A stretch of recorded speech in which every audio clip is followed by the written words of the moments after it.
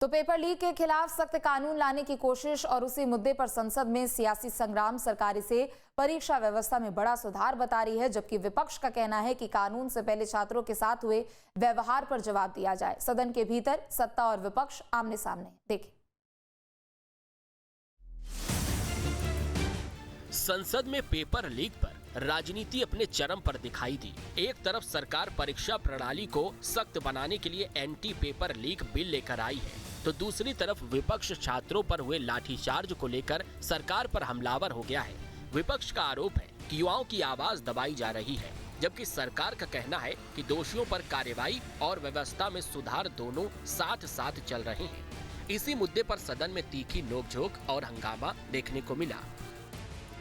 Examination जो होते हैं उसको सुधारने के लिए और गलत काम करने वालों को कठोर सजा देने के लिए प्रक्रिया जो घोषणा की है, टास्क फोर्स बनाया है और इतना बड़ा क्रांतिकारी बिल लेके आए हैं एग्जामिनेशन को सुधारने के लिए, ताकि भविष्य में कोई लीक ना हो।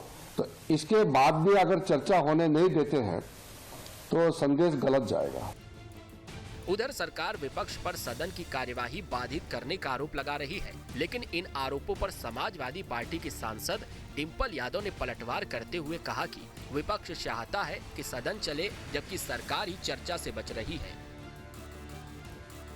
वहीं कांग्रेस सांसद प्रियंका गांधी ने भी इस मुद्दे पर सरकार को घेरा। उन्होंने आरोप लगाया कि प्रदर्शन में शामिल छात्रों के खिलाफ अब भी FIR दर्ज की जा रही है।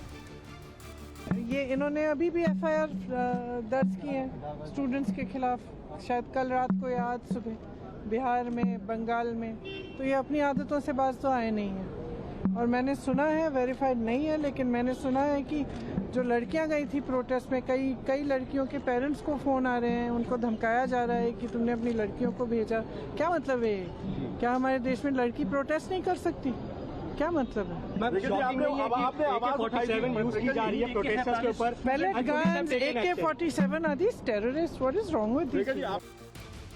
एक और विपक्ष प्रदर्शनकारी छात्रों के खिलाफ पुलिस कार्रवाई पर सवाल उठा रहा है। वहीं बीजेपी सांसद कंगना रनौत ने सरकार का बचाव करते हुए उनके कदमों की सराहना की।